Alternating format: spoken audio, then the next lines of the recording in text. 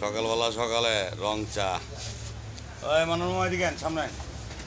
ওই যে আমার মামা আইছে, মনোর মামা আইছে।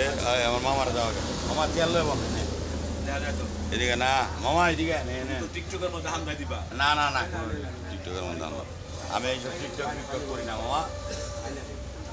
এ মামা আমি কোনো টিকটক টিকটক করি না। ওই দেন আমার মামায় মন্নান মামায় রং চা, গরমের মধ্যে রং চা মানে লেবু চা আর কি, অনেক মজা, সেই স্বাদ। এই মামার দাও। হ্যাঁ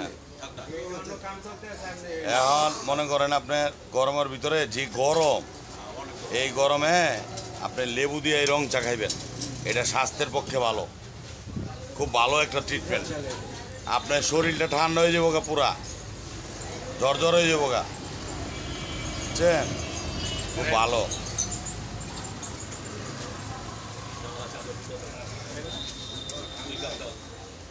মানুষ গরমের দিনে ঠান্ডা খায়, ঠান্ডা খাইলে মনে করে বুঝি শরীর ঠান্ডা হয়ে যাবে, আসলে বুয়া। গরমের দিনে ঠান্ডা খাইলে আরো শরীর ক্ষতি। গরমের দিনে গরম খাইবেন বেশি, এই যে গরম চা খাইতেছি না, একটু পর শরীরটা ঠান্ডা হয়ে যাবে, লেবু চা সেই স্বাদ,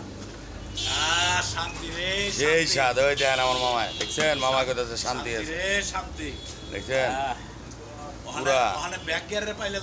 হ্যাঁ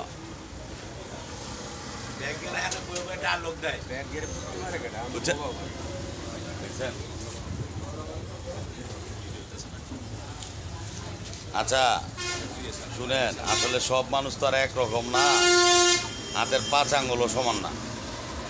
এই পৃথিবীতে নানান পদের মানুষ আছে, নানান জন নানান রকম, কারো কথায় কোনো কিছু মনে করেন না। হ্যাঁ সবাই তো আমরা মৃত্যু পথের যাত্রী, একদিন না একদিন সবার চলে যেতে হবে পৃথিবীতে। আমরা হইলাম এই পৃথিবীর মেহমান, আমরা এই পৃথিবীর মালিক না। হ্যাঁ এই পৃথিবীর মেহমান আমরা, আমরা মালিক না। ভালো থাকবেন সবাই।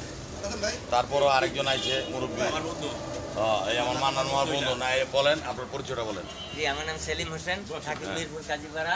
কো আইলো না তো, কো আমি দেখি না তো আপনারে। এই যে কোন এটা আমার মান্নান সেলিম হোসেন। হ্যাঁ মিরপুর কাজীপাড়া, হোম ডিস্ট্রিক্ট বরিশাল আগলঝাড়া। বরিশাল আগলঝাড়া, এইটা তো আমি শুনি না রে ভাই। বরিশালে এত জায়গার নাম শুনছি, আগলঝাড়া। আগলঝাড়া না আগলঝাড়া, আগলঝাড়া, আগলঝাড়া। উনি মিরপুর থেকে আসছে।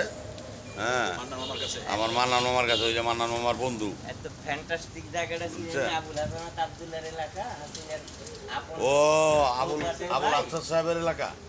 যাক উনি অনেক তত্ন ভালো মানুষ। আমাকে বাড়ির একবারে ঠিক আছে।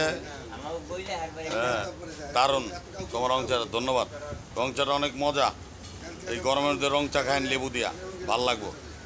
ভালো থাকবেন সবাই, আল্লাহ হাফেজ।